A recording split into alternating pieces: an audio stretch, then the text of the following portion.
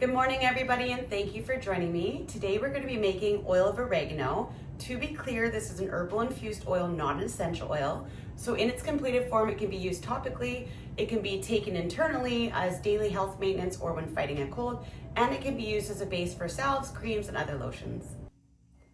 Before we start our recipe, one of the most important things that you need to do is to sanitize your jar and lid. So we're going to boil the lid and the ring, so the cap piece here and the ring, in water for 5 to 10 minutes, and we're gonna bake the jar. We're simply gonna put it in the oven, turn it on to 250 degrees. Once it hits temperature, put on your timer for 20 minutes. When it's completed, get some gloves on, pull it out, let it cool, and as soon as it's cooled, then you can start your recipe. By sanitizing our jar, we're gonna prevent any mold or bacteria from growing, which obviously would ruin the recipe that we're making. So the first ingredient that we're going to talk about is your olive oil. We want to make sure to use an extra virgin cold pressed olive oil. As well, there are more olive oils on the shelves than there are olive trees in the world. What that means is the majority of the olive oils out there that are being sold are a combination of olives and other dangerous seed oils that are not good for you. So make sure you know what you're using. The reason I am showing this brand today, Terra Delissa, is because this is made from a single source of olives, 100% Tunisian olives. It's also packed in its own facility, which means there's no risk for cross-contamination. And of course, the price point. 2 1-liter bottles of this from Costco is $29.99. Can't beat that. I highly recommend this oil for any herbal oil that you're making. The next ingredient we're going to talk about is your oregano. Now, I always choose to go for organic oregano. That's your choice, but if you look up the farming practices to organic and non-organic, there's quite a big difference. So look up that information and make the decision for yourself. If you're sourcing organic oregano, if you're looking for local, you can go to the Gathering Place. There's a family farm in Alberta that grows it and is guaranteed that year's harvest every year. Or if you're looking for bulk, Star Wars Botanicals also has a good price point for organic bulk oregano.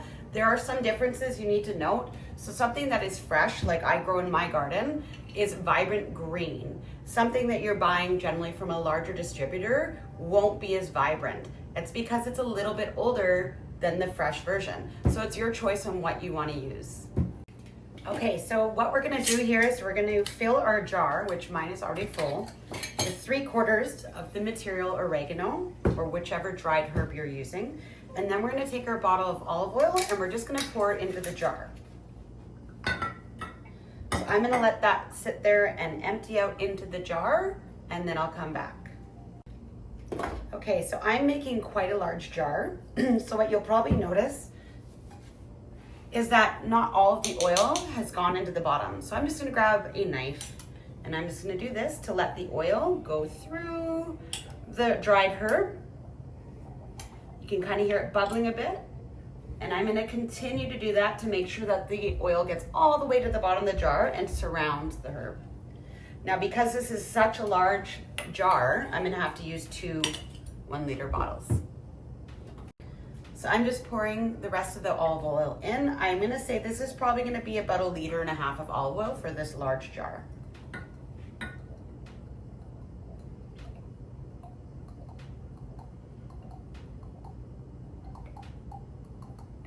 As I'm pouring it, I can put the knife back in and I can just move it around again just to make sure it's all gotten in there.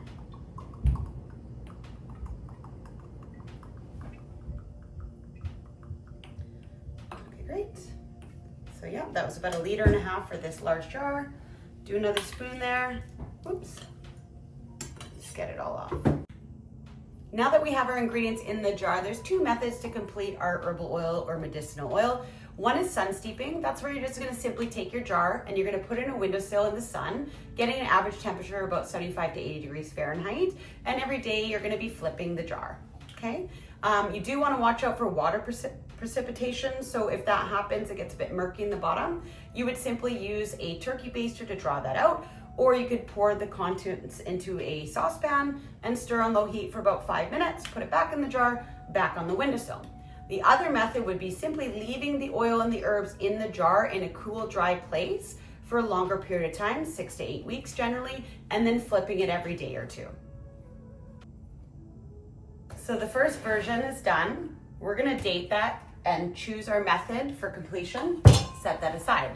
I already have a jar that's ready to go to strain, so we're gonna go straight into the next step. What you'll need for this is simply a glass or stainless steel bowl and a metal strainer. We're gonna also have some cheesecloth. So like we did before with the elderberry syrup, we wanna layer the cheesecloth in here. It's a bit much for that one, but that's okay. And do a second layer this way. Now we're making sure that none of the herb is gonna go through, and we're just gonna get the medicinal oil coming through into the jar. Now that this part is done and we've got it in the mesh strainer, we're just gonna throw on our gloves because we're gonna be touching this product a bit. And we wanna make sure that we're pressing it down. We're gonna bring up all of the corners of our cheesecloth, and we're just gonna twist it and get all of the oil out. So you can just see it coming out there. And we're gonna keep doing that for a few minutes so we can get all of the medicinal oil out and save all this goodness. And again, this is why we're wearing the gloves, because we really got to get in with this product and we don't want to put our hands on it.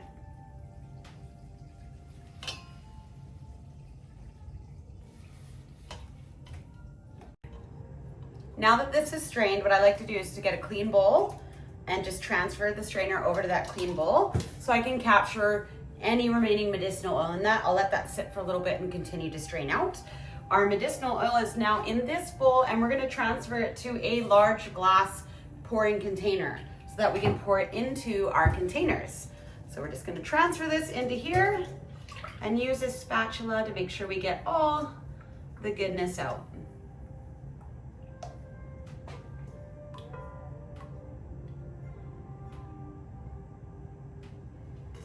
Okay, and we're now ready to put this into our bottles.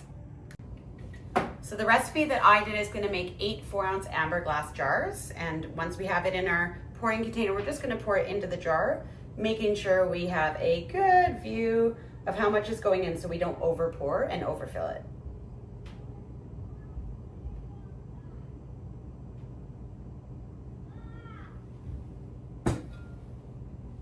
Voila. Once we've poured the medicinal oil into our containers, I like to make sure I put my labels on it. So I always have a label on the front that tells you what it is, and then a label in the back that tells you how to take it and how much to take.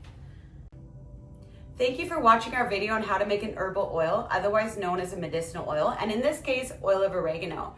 But make sure to read our blog post. It's short and sweet, and it talks about the healing properties and benefits of the ingredients used in our oil of oregano. Have a great day, and we can't wait to see you for our next video.